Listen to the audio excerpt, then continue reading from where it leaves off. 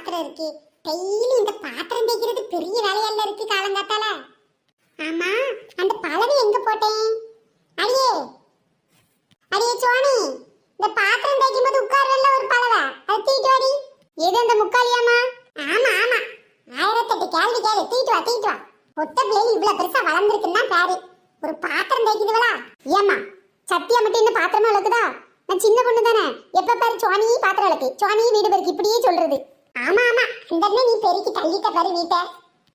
அது சரி, நீ சொன்னது கேட்டும் கேட்காத மாதிரி அந்த இடத்துல சத்திய சும்மா தான் டிவி பார்த்துட்டு இருக்கா தெரியுமா? அம்மா சொன்னாலேட்டு ஓடியாந்து முக்கால் ஏத்திட்டு வந்தேன் பத்தியா, என்னை இப்படிதான் நீ சொல்லுவ. போப்பா வச்சுட்டுப்பா, நீ காய்ச்சி கிழிச்சப்பா நானே காய்ச்சிக்கிறேன். அப்பாடா என்னமோ சொல்லி எஸ்கேப் ஆயாச்சு.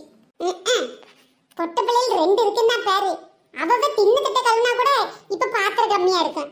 நல்லா தின்னு அப்படியே சிங்கில போட்டு போயிட்டாளுவ. இப்படி வெளியே காத்தார உட்காந்து கழுவுனாதான் பாத்திரம் கழுவுன மாதிரியே ஒரு ஃபீல் இருக்கு. அன்னைக்கிளி நீ வாடி என் காதல் சீட்டெடுக்க. என்ன இப்ப நயன்தாரா இழுத்து இங்க வருதுன்னு தெரியலையே. சும்மாலாம் காலங்காத்தால வரமாட்டாளே, ஏதாவது பிளான் வச்சாலும் வச்சிருப்பா. ஏதாவது ஓசையில புடுங்கத்தான் இருக்கும், வேற எதுக்கு? நல்ல வேலை இன்னைக்குன்னு பார்த்து சோறு கறி ஒன்னும் ஆக்கல. என்ன அன்னைக்கிளி பாத்திரம் நிறைய கிடக்கு போல.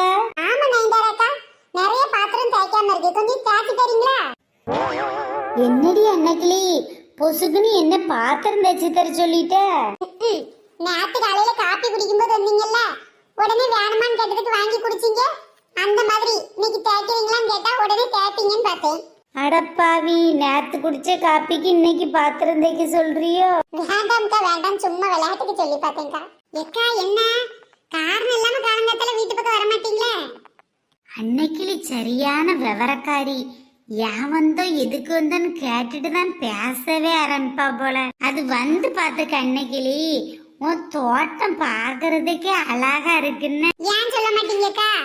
இதுல பொழுதன்னைக்கு வேலை பார்த்துட்டே இருக்கேன்ல, களைகளை புடுங்க வேண்டியது இருக்கு, அப்ப எல்லா செடிக்கும் தவறாம தண்ணி ஊத்த வேண்டியது இருக்கு, கொலைகளை வெட்ட வேண்டியது இருக்கு, 1008 வேலை இருக்கு. அப்படி கஷ்டப்பட்டு பார்க்க போய் தான் இவ்வளவு அழகாவது இருக்கு. உன் வீட்டுக்கு தேவையான காய்கறி, கத்திரிக்காய், தக்காளி எல்லாம் இதுலயே எடுத்துக்கிறியே, பின்ன என்ன பாடுபட்ட நட்டமா என்ன? என் வீட்டுக்கு வேணும் தான் காய்கறி, கத்திரிக்காய், தக்காளி எல்லாம் நட்டு வைக்கிறேன். பக்கத்து வீட்டுக்காரி வந்து அப்படியே வாங்கிட்டு பெரிய ஆளுகளை என்ன பண்றது? ஆமா ஆமா, அது படுற கஷ்டம் எனக்கு தான் தெரியும்.